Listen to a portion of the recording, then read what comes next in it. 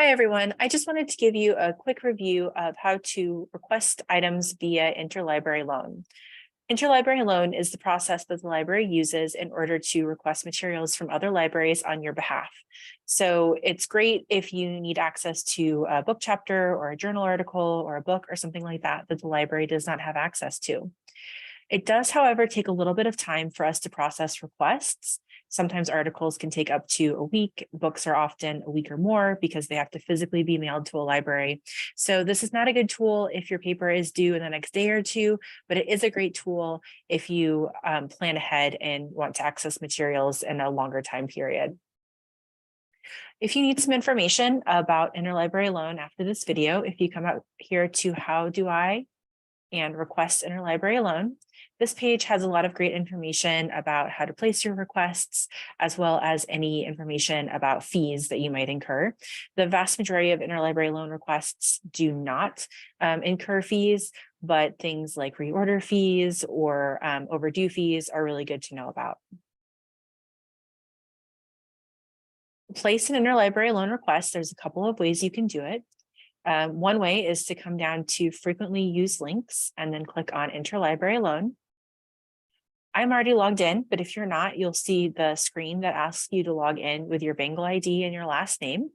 If it's your first time accessing interlibrary loan, you'll also be asked to set up your profile.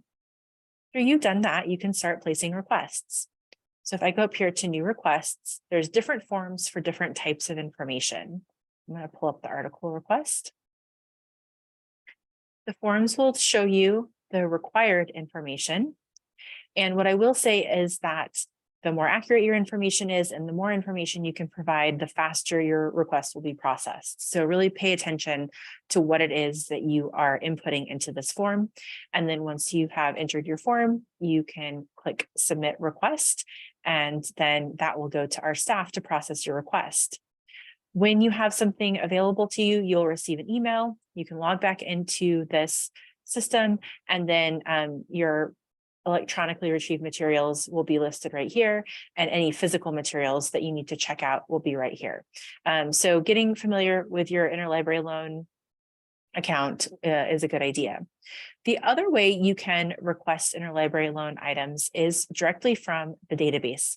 So here I am in an article record from OneSearch, and you'll notice over here on the left, there is this link that says request this item through interlibrary loan. There's no PDF, there's no find it button. And maybe I've gone through and tried to see if I could find it through Google Scholar, through a repository, and I couldn't find it anywhere.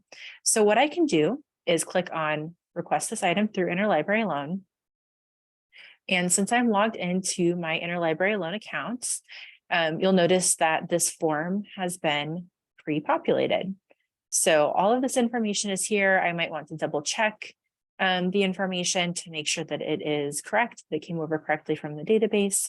I could always add extra information if I needed to, and then I would just need to click Submit Request. So as you're finding things in the databases that we do not have access to, always make sure that you're double checking the journal list, double check Google Scholar. But if you're not able to find it, then you can request it through interlibrary loan.